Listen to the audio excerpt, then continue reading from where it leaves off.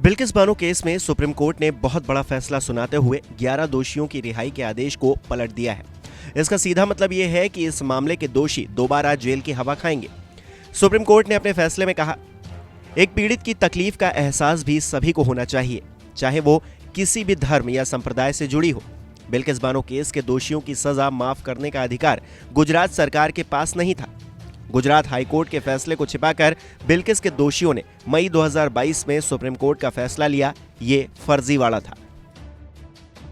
Justice Nagarathna ने फैसला पढ़ते हुए कहा, बिल्किस बानो का ट्रायल गुजरात से महाराष्ट्र ट्रांसफर किया गया। इस केस के महाराष्ट्र ट्रांसफर करने के कई कारण हो सकते हैं, लेकिन असल बात तो ये थी कि इसके ट्रायल में ये तय होता कि किस राज्य सरकार के पास माफी देने का अधिकार है। गुजरात सरकार के पास माफी का अधिकार ही नहीं था, इसलिए गुजरात सरकार के फैसले को रद्द किया जाता है। माफी का असली अधिकार तो महाराष्ट्र सरकार के पास था। आपको बता दें कि गुजरात में 2002 के सांप्रदायिक दंगे के दौरान बिल्किस बानो के साथ गैंगरेप किया गया था, जिसके बाद मामले के दोषियों को सजा हो गई। लेकिन 2022 में गुजरात सरकार ने स्वतंत्रता दिवस के मौके पर मामले के 11 दोषियों को छोड़ने का आदेश जारी कर दिया, जिसे अब शीर्ष अदालत ने बदल दिया है। इस फैसले के बाद अब दोषियों को 2 हफ्ते के अंदर सरेंडर करना होगा। देखिए, ये बहुत ही आज का जो जजमेंट है जस्टिस नागरत्ना और जस्टिस भुइयां का सुप्रीम कोर्ट से रिमिशन मैटर पे जो बिल्किस बानो वाले केस में लोगों को रिहा कर दिया गया था स्टेट ऑफ गुजरात द्वारा, तो उसमें जो जजमेंट है वो कहता है कि रूल ऑफ लॉ सबसे ज्यादा सुप्रीम रहेगा इस देश में, और रूल ऑफ लॉ को एक बार फिर अपहोल्ड किया गया है। और अदालत ने कहा है रूल ऑफ लॉ सबके लिए सेम है, चाहे आप कोई भी हो, वो आप सब पर बराबर अप्लाई करेगा।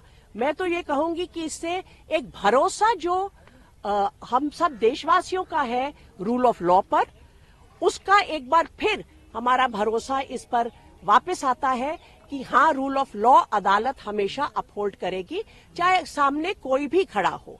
और उन्होंने कहा है कि जो गुजरात स्टेट ने जिस तरह इस केस में रिमिशन ऑर्डर्स पास किए हैं, उनको कोई पावर नहीं थी। जो पावर है वो अप्रोप्रिएट गवर्नमेंट इस केस में महाराष्ट्र है, क्योंकि ये पर्टिकुलर केस जो 2002 में जो हिंसा हुई थी गुजरात में, उससे ये पूरी इंसिडेंट निकलता है, जिसमें इस पर्टिकुलर इंसिडेंट में 14 से ज्यादा लोगों की हत्या हुई थी, और जो ये अक्यूज्ड हैं उनको उसमें कन्विक्ट किया गया था, और 3 औरतों के साथ गैंगरेप, उसमें बच्चों की भी हत्या हुई थी। ये केस का ट्रायल स्टेट ऑफ गुजरात से निकाल के सुप्रीम कोर्ट ने स्टेट ऑफ महाराष्ट्र में भेजा था, ताकि फेयर ट्रायल हो सके।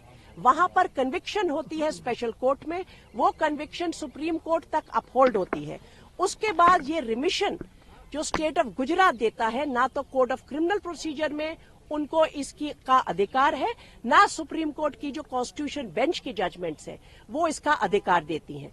तो एक तरह से ये पूरा का पूरा जो सिलसिला चला, ये without the authority of law था, उसमें कोई भी तथ्य नहीं थे और कानून के खिलाफ था। अगर कोई ऑर्डर कानून के खिलाफ होता है और उसमें कोई भी स्टेट एक्ट करता है, उसको सेट असाइड कर दिया जाता है, क्योंकि वो कानून की नजर में फैसला है ही नहीं।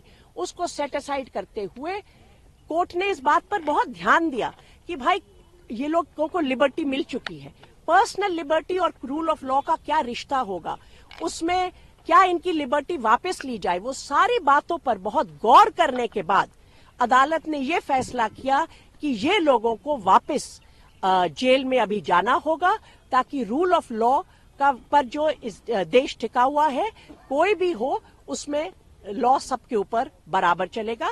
और उन्होंने ये भी आश्चर्य प्रकट किया कि गुजरात स्टेट ने इस तरह क्यों इस मामले में एक्ट किया। नमस्कार, मैं हूं मानक गुप्ता। अगर आपको हमारा ये वीडियो पसंद आया हो तो इसे लाइक और शेयर जरूर करें, और हां, हमें सब्सक्राइब और फॉलो करना ना भूलें, ताकि आप देश और दुनिया की कोई खबर मिस ना करें। तो जुड़े रहिए हमारे साथ और देखते रहिए न्यूज़ 24।